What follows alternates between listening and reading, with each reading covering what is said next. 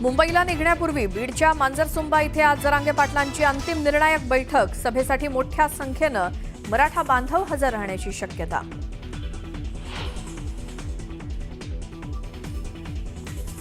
गणेशोत्सवासाठी कोकणात निघालेल्या प्रवाशांच्या बसला मुंबई गोवा हायवेवर भीषण आग।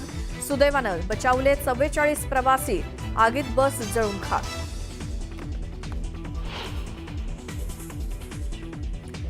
रत्नागिरी जिल्ह्यात वाशिष्ठी नदीवरील पिंपळे ते खडपोली दरम्यानचा पूल पडला। सुदैवानं रिक्षाचालक वाचला, दसपटीकडे जाणारी वाहतूक बंद।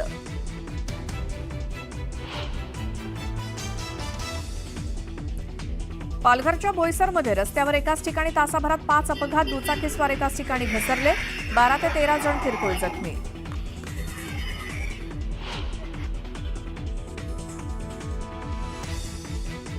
नॉनव्हेज खाण्यावरनं सुप्रिया सुळेंची स्पष्टोक्ती। खाल्लं तर माझ्या पांडुरंगाला चालतं, सुळेंचं विधान, तर वारकरी त्यांना उत्तरं देतील, फडणवीसांचा टोला।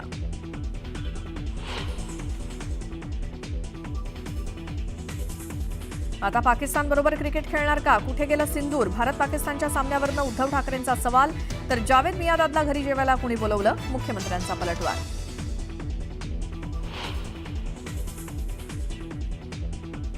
रोज म्हणतात वोट चोरी, वोट चोरी, वोट चोरी, यांचं डोकं चोरी झालेलं आहे, त्यांचा दिमाग चोरी झालेला आहे। रोज वोट चोरी झाली म्हणतात, यांचं डोकंच चोरीला गेलंय। काही लोक तोंडावर पडले तरी सुधारायला तयार नाहीत। फडणवीसांचा राहुल गांधींचा विरोधकांवर हल्लाबोल।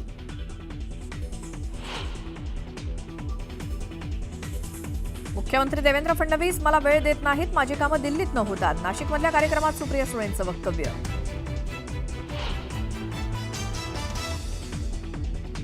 ग्रामपंचायत कार्यालयावर नर्तिका नाचवणाऱ्यांवरती गुन्हा दाखल। निफाडच्या शिवरे गावातील ग्रामसेवकाच्या तक्रारीनंतर कारवाई। न्यूज 18 लोकमतनं बातमी दाखवल्यानंतर कारवाईचा बडगा।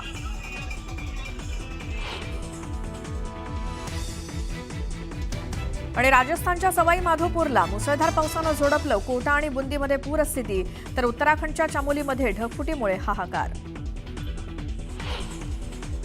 बुलेटिनमध्ये बघूयात गावाकडच्या 50 बातम्या। गणेशोत्सव काळात रात्री उशिरापर्यंत मुंबईकरांना गणेश दर्शन करता येणार आहे। त्यासाठी MMRDA कडनं मेट्रो 2A आणि मेट्रो 7 अंधेरी, दहिसर, बुंदिवली या मार्गावरती गणेशोत्सव काळात रात्री उशिरापर्यंत मेट्रोच्या वाढीव फेऱ्या चालवण्याचा निर्णय घेतलाय। त्यामुळे गणेश भक्तांना मोठा दिलासा मिळणार आहे। गणेशोत्सव काळात मुंबईहून कोकणात जाणाऱ्या प्रवाशांची गर्दी लक्षात घेता रेल्वे प्रशासनानं यंदा विशेष तयारी केली आहे। छत्रपती शिवाजी महाराज टर्मिनस ते मडगाव दरम्यान धावणारी वंदे भारत एक्सप्रेस आता 8 ऐवजी 16 डब्यांसह धावणार आहे। त्यामुळे कोकणात गणेशोत्सवासाठी जाणाऱ्या गणेश भक्तांना मोठा दिलासा मिळणार आहे। मध्य रेल्वेवर सकाळी 11:05 पासून ते दुपारी 3:55 माटुंगा ते मुलुंड दरम्यान अप आणि डाऊन धीम्या मार्गावरती ब्लॉक घेण्यात येणार आहे। तर ट्रान्स हार्बर मार्गावरती ब्लॉकमुळे सकाळी 11:10 पासून ते दुपारी 4:10 ठाणे ते वाशी नेरूळ या दरम्यान रेल्वे सेवा पूर्णपणे बंद असेल। सोन्या चांदीच्या भावात पुन्हा वाढ होऊन सोनं 1000 तर चांदी 2500 रुपयांनी वधारली। सोनं 1,06,000 रुपये प्रति तोळा, तर चांदी 1,17,500 रुपये प्रति किलोवरती पोहोचली आहे। एसटी बसनं प्रवास करणाऱ्या प्रवाशांची संख्या पूर्वीच्या तुलनेत कमी होतीये। त्यात बहुतांश बसेस 10 वर्षांपेक्षा जुन्या झाल्यामुळे दुरुस्ती खर्च वाढलाय। परिणामी राज्यभरात एसटीला प्रतिदिवस तब्बल 2 कोटी रुपयांचं नुकसान सहन करावं लागत असून संचित तोटा 1000 कोटींवरती पोहोचलाय। घोडबंदर रोडवरती सुमारे 800 खड्डे पडल्यामुळे इथली वाहतूक कोंडी आणि अडथळे वाढले आहेत। गणपतीच्या आगमनाच्या अगोदरच या खड्ड्यांमुळे भक्तांना आणि वाहन चालकांना मोठा त्रास सहन करावा लागतोय।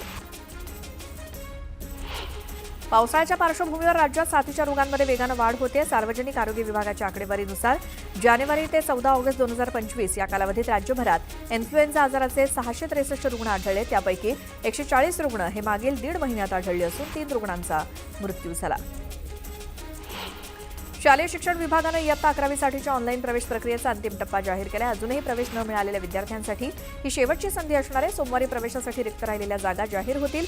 इयत्ता 11वी प्रवेशाच्या अंतिम टप्प्यामध्ये विद्यार्थ्यांना पर्याय नोंदणीपासून ते जागा निश्चितीपर्यंत सर्व प्रक्रिया पूर्ण कराव्या लागणार आहेत। 11वी ऑनलाईन प्रवेश प्रक्रियेची ओपन टू ऑल पहिली विशेष फेरी पूर्ण झाल्यानंतर मुंबई विभागातनं 2,82,562 विद्यार्थ्यांनी प्रवेश घेतले असले तरी कला शाखेकडे विद्यार्थ्यांनी पाठ फिरवली असल्याचं निदर्शनास आलंय। मुंबई विभागातील एकूण जागांपैकी 53.27% जागा रिक्त राहिल्या आहेत। पुणे महापालिकेच्या प्रारूप प्रभाग रचनेमध्ये 38 क्रमांकाचा आंबेगाव ते कात्रज हा प्रभाग 5 सदस्यांचा करण्यात आलाय. 3 सदस्यांचे 3 प्रभाग रद्द करून ते 4 सदस्यांचे करण्यात आले. त्यामुळे लोहगावपासून ते कात्रजपर्यंत 16 प्रभागांच्या हद्दीमध्ये काही ठिकाणी किरकोळ तर काही ठिकाणी मोठे बदल झाले. याचा परिणाम थेट 64 नगरसेवकांवरती होणार आहे. राज्य सरकारनं अवजड माल वाहतूक वाहनांसाठी क्लिनर ठेवण्याची अट शिथिल करण्याचा निर्णय घेतलाय. यासाठी मसुदा अधिसूचना जारी करण्यात आली असून नागरिकांकडून 29 ऑगस्टपर्यंत सूचना आणि हरकती मागवण्यात आल्या आहेत. मात्र ही सवलत फक्त ड्रायव्हर असिस्ट सिस्टम असलेल्या वाहनांसाठीच लागू असेल. नवी मुंबईत अनधिकृत बांधकाम करणाऱ्यांना उच्च न्यायालयानं मोठा दणका दिलाय. घणसोली नोड सेक्टर 17 मधील भूखंड क्रमांक A3 वरती बांधण्यात आलेल्या साईविरा अपार्टमेंट या 5 मजली अनधिकृत इमारतीबाबत याचिकाकर्त्यांकडून दाखल करण्यात आलेली रीट याचिका नुकतीच उच्च न्यायालयानं फेटाळून लावली. त्यासोबत याचिकाकर्त्यांना 15,000 रुपये दंड ठोठावलाय.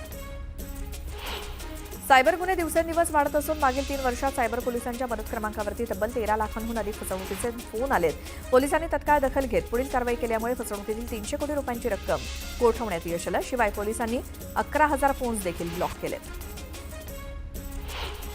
राज्यात गेल्या आठवड्यात सर्वच भागात झालेल्या जोरदार पावसामुळे धरणामधील पाणीसाठा 83% पोहोचला असून गेल्या वर्षीच्या तुलनेत त्यावरती 12% वाढ झाली आहे. विशेष म्हणजे कायमच दुष्काळाच्या छायेत असलेल्या मराठवाड्यात यंदा 75% पाणीसाठा जमा झालाय.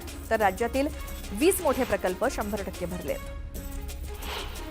उजनी धरण सध्या 104% भरलंय. उजनी धरणामध्ये सध्या दौंडवरनं 20,000 क्युसेक आणि स्थानिक परिसरातील 15,000 क्युसेकची आवक सुरू आहे. त्यामुळे धरणातून भीमा नदीमध्ये आता 45,000 क्युसेकचा विसर्ग सोडून देण्यात आलाय.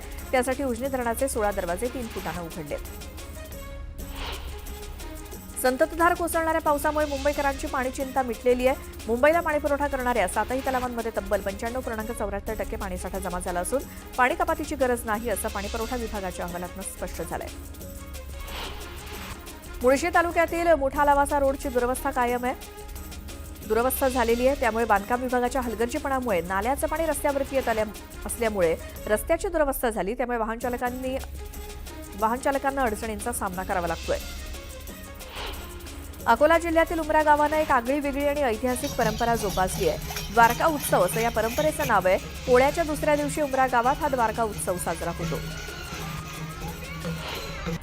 जळगावच्या जामनेरमध्ये पोळ्याच्या दुसऱ्या दिवशी 12 गाड्या उडण्याची परंपरा असते. यंदा शहरामध्ये एकाच दिवशी 3 ठिकाणी 12 गाड्या उडण्यात आल्या. 12 गाड्या बघण्यासाठी भाविकांची प्रचंड गर्दी झाली. जळगावच्या जामनेर तालुक्यातील वाकडी इथे पोळ्याच्या दुसऱ्या दिवशी दाखोबा यात्रा निमित्तानं कुस्तीचं आयोजन करण्यात आलं. या कार्यक्रमाचं उद्घाटन गिरीश महाजन यांच्या हस्ते करण्यात आलं. जळगावच्या 40 गावच्या वाघरू गावामध्ये रानडुकरांनी हाहाकार माजवला. शेतातील 1.5 एकर मका रानडुकरांनं फस्त केला. त्यामुळे शेतकऱ्यांचं मोठं नुकसान झालं. मुख्यमंत्री माझी लाडकी बहीण योजनेचा लाभ घेणाऱ्या सरकारी कर्मचाऱ्यांवरती कारवाई करण्याचा निर्णय राज्य सरकारनं घेतलाय. त्यानुसार महिला आणि बालविकास विभागानं लाभार्थी 1183 कर्मचाऱ्यांची यादी ग्रामविकास विभागाकडे पाठवलेली आहे. या यादीमध्ये सोलापूर जिल्ह्यातील सर्वाधिक कर्मचाऱ्यांचा समावेश आहे. जळगावच्या वडोदा शिवारात वन्य प्राण्यांनी मका पीक अक्षरशः जमीनदोस्त केलं. आधी निसर्गाचं संकट, त्यानंतर आता वन्य प्राण्यांचा त्रास होत असल्यामुळे करायचं काय अशी व्यथा शेतकऱ्यांनी मांडली. तातडीनं पंचनामे करून मदतीची मागणी करण्यात आली आहे.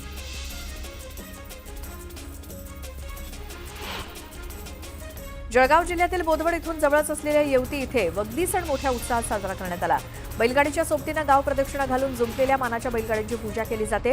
यावेळी बहिरोबा की जय या नामघोषानं परिसर दणाणून गेला. जळगाव जिल्ह्यातील भुसावळ तालुक्यातील साकेगाव इथे मरीमाता यात्रेनिमित्तानं 12 गाड्या उत्सव मोठ्या जल्लोषात साजरा करण्यात आला. 12 गाड्या बघण्याकरता संपूर्ण साकेगावकर तसंच परिसरातील नागरिकांनी मोठ्या संख्येनं गर्दी केली. महाराष्ट्र सीमेवर मध्य प्रदेशातील पांढुर्णा आणि सावरगाव या गावामध्ये जीवघेणी गोटमार खेळाची परंपरा आजही कायम आहे. सकाळपासून पांढुर्णा आणि सावरगाव या 2 गावामध्ये गोटमारीचा म्हणजेच दगडफेकीचा खेळ सुरू आहे. या गोटमारीमध्ये आतापर्यंत 200 पेक्षा अधिक ग्रामस्थ जखमी झाले. पुणे नाशिक महामार्गावरील चाकणमध्ये दुचाकीस्वारांचा जीवाशी खेळ करणारा प्रवास सुरू आहे. एकाच दुचाकीवरती बसून तब्बल 6 जण पुण्याकडे जात असल्याचं दृश्य कॅमेऱ्यात कैद झालंय. अपघाताला निमंत्रण देणाऱ्या अशा प्रवाशांवरती आता काय कारवाई होणार हे बघणं महत्त्वाचं ठरणार आहे. सांगली जिल्ह्यातील आष्टा शहराजवळ बिबट्यानं थेट धावत्या दुचाकीवरती झडप मारली. अचानक बिबट्यानं हल्ला चढवल्यामुळे दुचाकीवरील 2 तरुण रस्त्यावरती पडून गंभीर जखमी झाले. या घटनेत बिबट्या सुद्धा जखमी झालाय. बिबट्या काही सेकंद रस्त्यावरती तडफडला आणि वाहनांची चाहूल लागताच जवळच्या शेतात पसार झाला. ग्रामसभेत पाण्यावरनं प्रश्न विचारल्याच्या रागातनं महिला सरपंचांना महिला सरपंचाचा पती आणि दिरानं ग्रामस्थाला बेदम मारहाण केली. परभणी जिल्ह्यातील राणी सावरगाव इथे ही घटना घडली असून पिंपळदरी पोलीस ठाण्यात गुन्हा दाखल झालाय. रायगड जिल्ह्यातील नागोठणेमध्ये एक धक्कादायक प्रकार समोर आलाय. अनवर पिंजारी ही व्यक्ती जुना वरटवणे पुलावरनं पडल्यामुळे वाहून गेलेत. पोलीस शिपाई हंबीर यांनी जीवाची पर्वा न करता त्यांना वाचवण्याचा प्रयत्न केला, मात्र ते पाण्यात त्यांची दमछाक झाल्यामुळे ते अपयशी ठरले. मावळच्या आंबी एमआयडीसी परिसरातील रस्त्यांची दुरवस्था झाली आहे, त्यामुळे वाहनधारकांना नाहक त्रास सहन करावा लागतोय. तातडीने रस्ता दुरुस्त करण्याची मागणी करण्यात आली आहे. मुंबईच्या करी रोड येथील जय बजरंग मंडळाच्या डिलाईल रोडच्या राजाचा आगमन सोहळा मोठ्या उत्साहात पार पडला. डिलाईल रोडच्या राजाचं यंदाचं 55वं वर्ष आहे. दरम्यान पार पडलेल्या आगमन सोहळ्यामध्ये नागरिकांची मोठी गर्दी बघायला मिळाली. गणेशोत्सवाला अवघे काही दिवस उरले असून सार्वजनिक गणेशोत्सव मंडळामधील तयारी अंतिम टप्प्यात आली आहे. मुंबईमध्ये गणेश आगमनाची लगबग सुरू आहे. दरम्यान एक्सर वर्कशॉपमधनं बोरिवलीतील गोराई राजाच्या मूर्तीचं आज प्रस्थान झालं. गोराईच्या राजाचं यंदाचं 31वं वर्ष आहे.